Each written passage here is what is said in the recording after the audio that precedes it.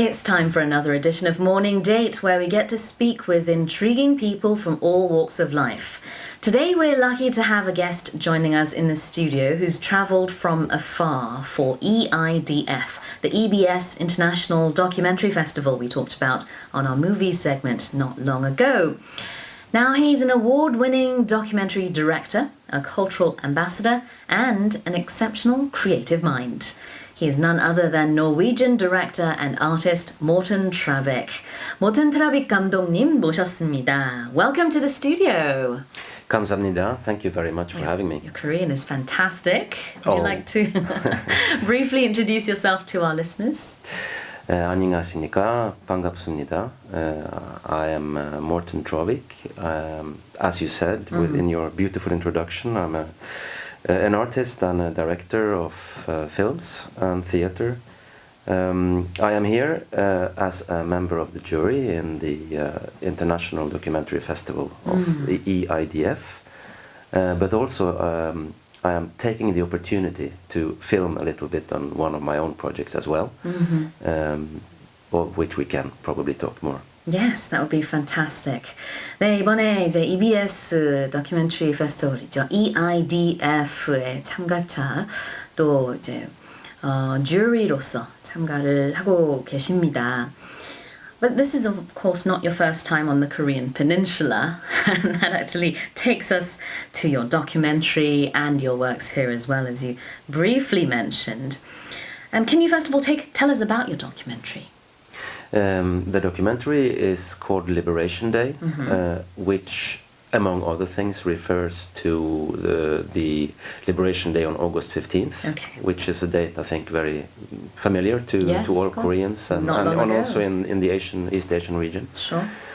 In 2015, actually almost to the day, 4 years ago, I organized what has become known as the first rock concert ever in North Korea. North Korea, yeah.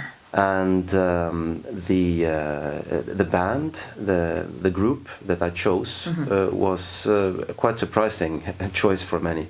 It is I would more say like an art collective, which of course makes music and quite experimental, challenging music as well. Right. It's not like I did not bring Justin Bieber, you know, or that kind of mainstream music. I brought a quite controversial group from the former Yugoslavia called Laibach. Laibach. Well, that begs me to ask the next question. Why this group in particular? I guess that I have a tendency for wanting to push the envelope in my projects and to try to expound the boundaries of what is considered doable or possible. And by bringing this particular group, which has been especially in the past very controversial, even in the West, I wanted to. I guess I wanted that extra challenge, but. On the other hand, you could say that Laibach they have always been very much expressing music that is quite military style, quite martial, quite grandiose, and all these qualities you can find in the music of North Korea as well, with military marches and these. This hugeness. So obviously it was very intentional right from the start when you were planning on getting this. It was quite deliberate, yes. And also Laibach is one of my favorite bands ever. So it's a personal reason behind yes, as a fan, it was like a dream come true. 그랬군요. 2015년에 처음으로 북한에서 록 콘서트를 여는데 크게 이바지를 하신 트라빅 감독님입니다. 라이바흐라고 하는 유고슬라비아 밴드, 서양에서 사실 이미 굉장히 논란이 되어온 그런 밴드인데요. 일부러 이 밴드를 선정해서 북한에 가가지고 콘서트를 여는 그런 성과를 냈습니다. 그리고 이번에 Liberation Day라고 하는 다큐멘터리가 그때 당시의 상황들을 잘 묘사하고 있는 그런 다큐멘터리인데요. So what's the underlying message, would you say, in Liberation Day? I think, I hope there are many messages. Yes, and right.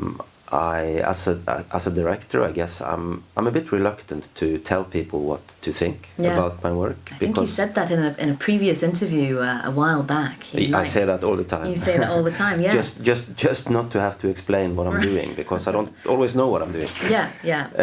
It's really up to the people who are watching to interpret it themselves, right? Well, yeah. Well, the reason why I'm a bit reluctant is not because I'm not like being secretive on purpose, but actually, as an artist, for me, it's very valuable to hear people's responses, because sometimes people have thoughts about my works that I hadn't thought about before myself, and so I can actually get back some ideas that I can use later. Okay. So it actually enriches my own work to hear people's interpretations.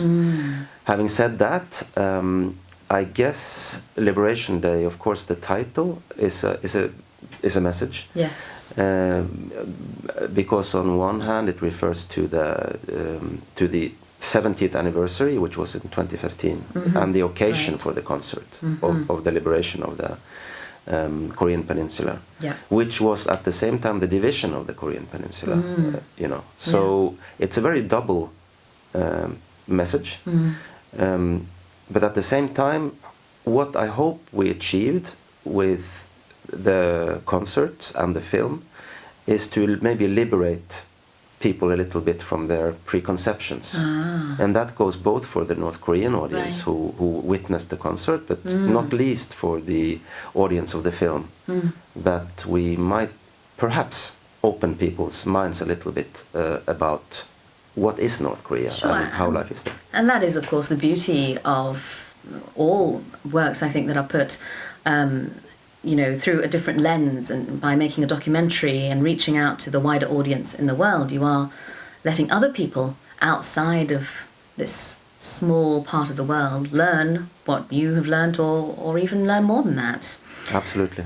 네, Liberation Day 광복절이라는 제목에서 주는 어떤 메시지가 있다고 말씀을 해주셨고요. 2015년이면은 이제 광복절 70주년이었죠.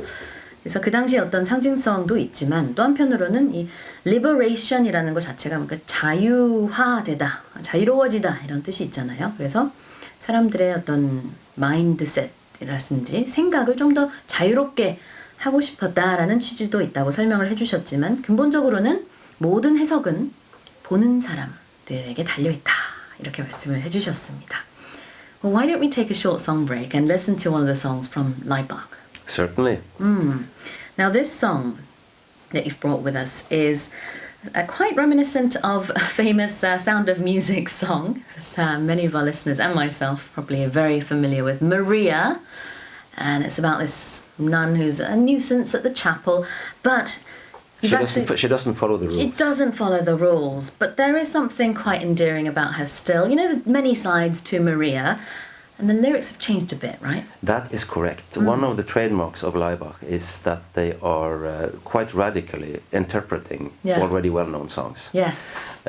So when we secured the invitation to perform in North Korea, it turned out that Laibach, for many years, have thought about making their version of The Sound of Music, the whole album, the whole musical. They've just been waiting for the right occasion. Oh, really? And since I had earlier discovered that actually The Sound of Music is very well known, also even in North Korea. Oh, is that right? That's good. Yeah, they know it even just as well, and maybe even better than people in the South, because it's used as one of the examples in their English lessons. Oh, I see. In higher learning institutions. I never knew that. No, me neither. So, but then of course that presented itself as the occasion to include Sound of Music in the repertoire. So when we played in Pyongyang, we played songs from The Sound of Music as part of the repertoire, and after that it was quite logical for Laibach to cover all the songs from The Sound of Music. So this is actually their latest album, which came out in November last year. And the change of lyrics that you're referring to is definitely derived from their North Korean experience. The lyrics goes, how do you solve a problem like Maria? And it just took a couple of letters change to make it, how do you solve a problem like Korea? I know. So and the same number of syllables too. That's Who right. would have guessed? 네, 라이바흐가 안 그래도 사운드 오브 뮤직 트랙을 가지고 전체 다 편곡을 하고 싶은 생각을 오랫동안 가지고 있었대요. 근데 마침 트라빅 감독님과 손을 잡고 북한에 가서 최초의 북한 록 콘서트를 열게 되자 우리가 기획했던 이 사운드 오브 뮤직 편곡을 북한과 관련해서 해보자 라는 아이디어가 생겼다고 합니다. 관련곡 들어볼게요. This is Laibach with Maria, Korea. That song just there was by Laibach. It was Maria, Korea. And it was a recommendation by director Traavik. You're listening to Morning Date. And that is indeed who we're talking to this morning. 노르웨이의 감독님이십니다. 이번에 다큐멘터리를 들고 오셨고요. EIDF에 참가하시면서 또 심사위원으로도 역임을 하고 계십니다. 트라빅 감독님의 추천곡 듣고 왔어요. Fascinating song there. And I love how they change a classic into something that is really thought-provoking. Because I had to think again as I was listening to all of those lyrics. That's good. That's part of our plan. Is that the aim? Yeah? All right. Well, tell us about your art projects with North Korea. How did it start? How did it develop? Oh, how much time have we? Well, let's say we have all day. Okay, then you just have to stop me. Okay. I'll try to make it short for the benefit of the listeners. I visited North Korea the first time in 2008, and it has already changed quite a bit since then. But in 2008, I actually went more or less as I wouldn't say exactly a tourist, but through a friend of a friend, I got in contact with a so-called friendship association. Because there are these in the West, in quite a number of countries, there are these, still exists this remnant of the 1970s when there were, Chuche, yes. this so homemade ideology of Kim Il-sung. Yes. There were Chuche study groups all over the world that were Right. supported by the North Korean embassies because, of course, every great leader has to have study groups That's right. in countries all over the world. Yeah. And there is still a kind of a remnant of these groups. And now they are called friendship associations. And it's usually, one guy and his dog in some small town in Germany, for instance. Yeah. But one of these friendship associations regularly organizes tours to North Korea. I see. And I managed to get, a place on one of these tours. So, and one of my many strong impressions from my first visit was that there was a lot of things that were as I had expected from what I have heard and read, but also quite a lot of things that were not. I see. And that, like? Well, for one instance, that people actually laugh and, they have a sense of humor. Yeah, I too was fascinated to see some of the pictures in your book of just, random candid shots of North Korean people smiling and laughing. And this may sound very strange to maybe a non-Korean, but as a South Korean, we're given this image of a very sort of oppressed and not very happy people, but the pictures you have in your book show a different story.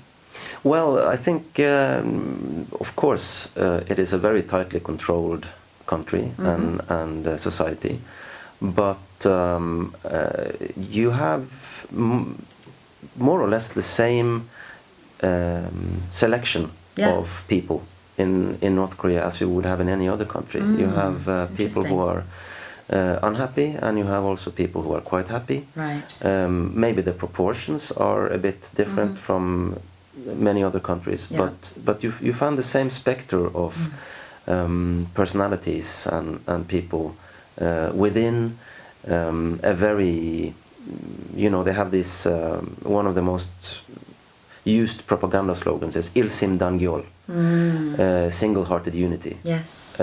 So on a first meeting with a country like North Korea, it may seem very monolithic, but under the surface there is a lot of diversity, which you have, but to get to this diversity and to experience it, you need to be patient, and you need to go there more than once. And most people from the outside, if they ever go to North Korea, they go there only once, yes, which is a shame. Right. Because you will never be able to have these insights if you go there once with quite heavy expectations in your baggage, so to speak. Right. But I guess that first experience of going to North Korea for you was impactful enough for you to return again and again. That's right. And as you get to know a person or a country or Maria or Korea, you uncover more and more. As you get to know more, you also get to know that you don't know anything. That's so true, yeah. So you get more and more interested, and there is still plenty to discover in a place like North Korea, as you can imagine. Yes. 2008년도에 처음에 북한 방문을 하게 됐는데요. 우연한 기회에 우정협회라고 하는 단체를 통해서 여행을 가게 됐는데 그 이후로 이제 북한을 더 많이 방문을 하게 되셨고요. 북한에 대해서 많이 알면 알수록 내가 모르는 게 정말 많다라는 생각이 있어서 계속해서 이렇게 방문을 하고 또 다큐멘터리를 찍게 됐다는 설명을 해주셨습니다. Now, a lot of people say you're a cultural diplomat. How would you define cultural diplomacy based on your works and what you've done? Well, I guess you could see me as that, although I wouldn't say myself that is my primary goal. Okay. Because we have diplomats already. Yeah. And, they are probably nice, but not always that useful, in my opinion. But of course, I do, to a certain extent, agree that the effect of the art projects that I do can, in certain cases, be that of cultural diplomacy. Yeah. And for something to qualify for that rather, pompous title, I would say that it needs to be, as much as possible, it needs to be a true collaboration. Yeah.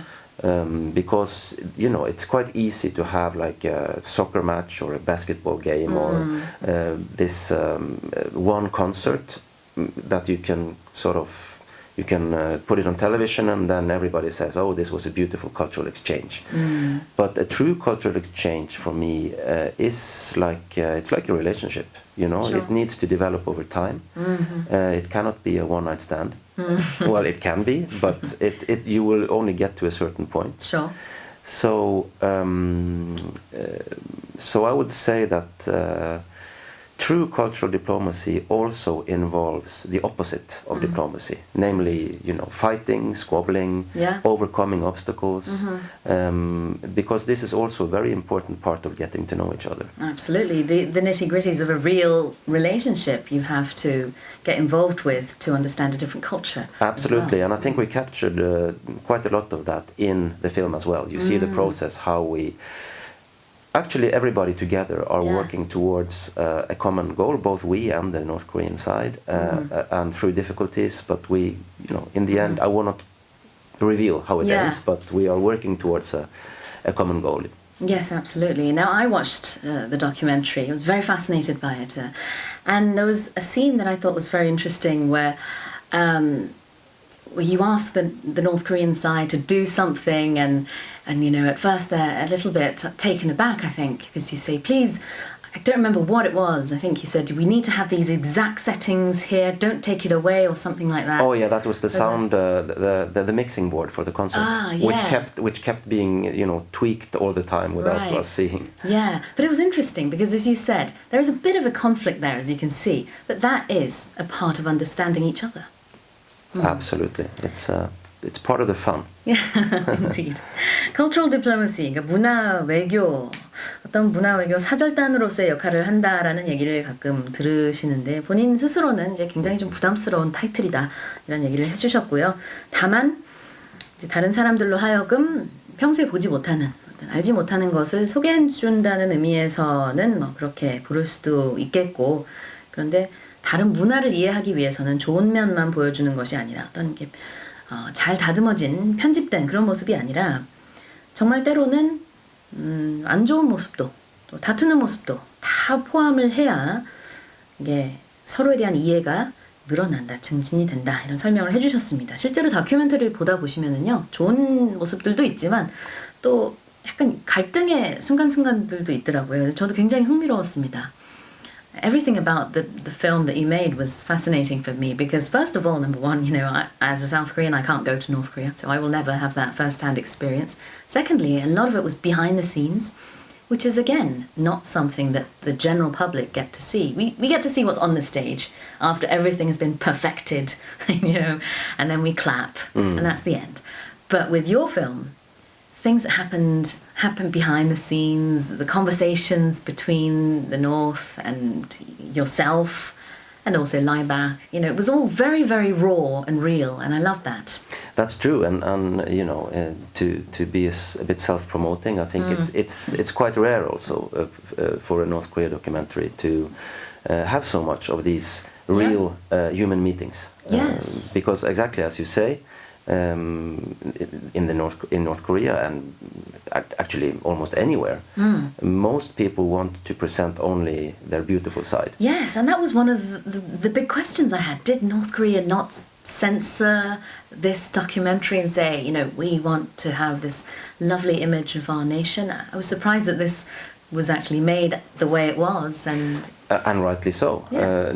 A lot of people ask that question, and the short answer is no.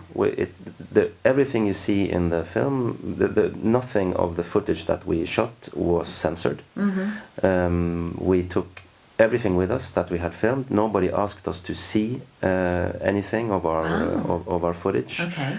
They are basically much more concerned of what you bring in than what you take out. Interesting. Okay, but I can see that there's a huge level of trust, nonetheless, about what you make and what you take out, even though, as you said, they might not care as much, but still. Yes, and that is a key word, trust. Trust. And that trust has to be built over time, and through squabbling and drinking together, and right. doing things together. So, and this is an important point, that the Laibach concert didn't happen overnight. Yeah. I think I spent 1 year making the North Koreans understand why this might be a good idea. But before that, I had also done many other collaboration projects with North Korean artists, North Korean cultural authorities. And through those projects, we had created a level of trust that was strong enough for this to even be possible. Yes. 처음부터 이런 다큐멘터리를 만들 테니 허락을 해달라 이렇게 한 것은 아니고요. 지난 10여 년간 북한을 여러 번 방문하시면서 일종의 이제 신뢰를 좀 쌓아오신 것 같습니다. 그러면서 결국은 이제 설득을 통해서 우리가 이 다큐멘터리를 통해 어떤 솔직담백한 모습을 찍으려고 한다. 그랬을 때 마침내 이제 북한 측에서도 좋다라고 대답하기까지 좀 많은 세월이 걸렸지만 해내셨다라는 얘기를 해주셨고요. 굉장히 또 하여튼 흥미롭습니다. 평소에 보지 못하는 그런 모습들을 이 다큐멘터리 영화를 통해서 볼 수 있어서 저 역시도 굉장히 놀라기도 하고 또 감동도 받았습니다. Well, why don't we listen to another song? And this one is another recommendation by yourself. It's a title that every Korean knows, Arirang, but it's not by a Korean band. Not this time. No. I thought Arirang might be both familiar and maybe a bit unfamiliar, because this is also in an interpretation by Laibach. And as you know very well as a Korean, the Arirang is almost like the unofficial national anthem of both Koreas. And it's a kind of it might even be in a near or distant future reunified Korea. It might even be the national song, who knows. But that was also one of the songs we performed in Pyongyang, so it felt quite natural to include that on the Sound of Music album as well. And Laibach even, because they like to mix elements from different sources. Yeah. They even, as you will hear in the beginning, they included a short lyrical part from the, I guess you could call it pop hit, the North Korean pop hit by Moran Bong group. We will go to Mount Pektu, Pektu Sangarira. So you will actually get almost 2 songs for the price of 1. Perfect. All right, let's take a listen to Laibach's 아리랑. 네, 아리랑 라이바흐의 버전으로 듣고 오셨습니다. Wow, a new take on a familiar song there. Very beautiful, I think. Yes. Well, of course, we're talking to director Traavik today. 노르웨이에서 오신 트라빅 감독님과 오늘 모닝데이트 얘기 나누고 있습니다. Eidf, EBS 국제 다큐멘터리 영화제에서 심사위원을 역임해주고 계시고요. 그 다음에는 이제 북한에 직접 가셔서 찍은 다큐멘터리 영화에 대해서도 좀 길게 얘기를 나눠봤는데 사실 할 얘기가 더 많아요. 하지만 오늘은 다 나눌 수는 없을 것 같습니다. Let's talk about the DMZ Academy. Tell us about that venture. That's the latest venture, or adventure, you could even say, that I organized 2 years ago. Actually, almost to the day as well, in August, September 2017. Yeah. Which was a seminar or symposium for contemporary art, where I brought a group of international contemporary artists working in fields like video installation, sound sculpture, body art, you know, conceptions of art that are totally unheard of in North Korea. Because you have a lot of very accomplished artists, but as you can imagine, their way of expression and the formats that are open to them are very limited and very traditional. Yeah.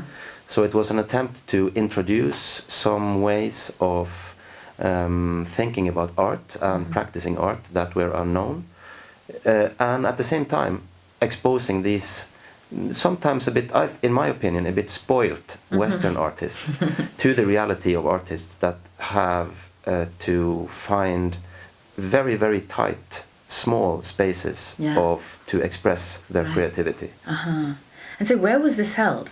This seminar? This was at the Pyongyang Academy of Fine Arts, which is the highest arts institution of higher learning in the country. And a lot of the artists and professors of the Pyongyang Academy of Fine Arts, they go on to Mansode Art Studios, which is this huge production unit for where the most accomplished artists in North Korea work. 아, 그렇군요. 2017년 8월에 시작을 하게 된 DMZ 아카데미는 일종의 세미나인데 평양에서 직접 이제 북한에서 예술을 하시는 분들, 또 예술을 공부하시는 분들과 그 다음에 전 세계의 contemporary arts니까 현대 예술을 하는 많은 예술가들을 한 자리에 모아서 소통을 할 수 있게끔 하는 장을 열었습니다. And was it a successful venture, would you say? I think it was successful in the sense that we managed to hold it, the seminar. Yeah. But it was very hard. It was very difficult. We encountered a lot of suspicion and resistance from our hosts, which was to a very large extent connected to the, at that time, very heated rhetoric and war, beating of the war drums between Donald Trump and the North Korean leader, Kim Jong-un. And we felt that very strongly. It was a very, very tense atmosphere. And in this atmosphere, in my opinion, cultural exchange is needed more than ever, because it's one of the very few possibly open windows through which we can look at each other. Sure. But it's also is one of the most difficult things to do. And the first, just to illustrate, the first day, one of the first days we were there, North Korea fired a test missile over Japan. Wow. So there were, war headlines in all the world media. And to kind of cap off our visit, they detonated their first really successful nuclear test, which even made the hotel bed in my Pyongyang hotel shake. Oh, wow. We could feel the tremors. What was the response from the other artists that took part from around the world? They were quite terrified. Yeah, I can imagine. And of course, for me, it was a bit uncomfortable since some of them I had convinced because they were reluctant to come. Yeah. But I said, take it easy. You'll be fine. It's not as bad as you think. But then it turned out at this particular time it was even worse than they thought. 그랬군요. And this has also been made into a documentary called War of Art, which will premiere at the DMZ Docs in September, I think, here in Paju or Paju, right? Yeah, Paju. Yeah, absolutely. Not too far from our EBS studio, actually. That's right. 네, 그러니까 평양에서 이 DMZ 아카데미를 열었다는 그 자체에 의의를 둔다 이런 설명을 해주셨습니다. 물론 굉장히 어려움이 많았고요. 특히 이제 북한 측에서는 여러 가지 의문점, 또 의심도 하면서 왜 이런 예술을 이 예술가들이 하느냐라는 그런 질문을 굉장히 많이 받았다고 하고요. 그 다음에는 전 세계 예술가들도 평양에 겨우겨우 설득해서 데려갔는데 그 당시에 이제 북한과 미국 간의 긴장감이 굉장히 고조된 상태였기 때문에 북한에서 발사체를 발사하고 이런 일들도 그 예술가들이 평양에 있는 당시에 일어나서 좀 쉽진 않았다, 좀 불편한 점도 있었다 이런 설명을 해주셨습니다. 어쨌든 열렸다는 그 자체가 의미가 있다라는 설명이었고요. Let's talk about some of your other works. This time let's go to Miss Landmine. Tell us about that. Yes, as its title suggests, Miss Landmine was a beauty pageant for women disabled by landmines, which I organized the first time in Angola in Southwest Africa back in 2008. Actually the same year as I visited North Korea for the first time. And I did the same concept in Cambodia the year after.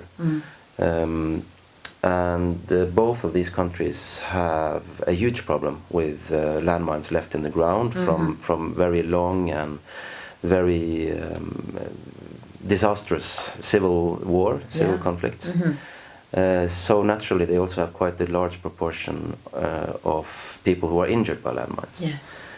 And I wanted to present that situation, and not least to make these women visible in a way that was a bit unexpected and that confounded people's expectations on what a so-called landmine victim might look like and how she should behave. Well, it was controversial, as you said, but it was definitely a good way to shed light on an issue otherwise unknown, really, to the outside world. Yes, absolutely, and but again, there is this one of my favorite, you could even say maybe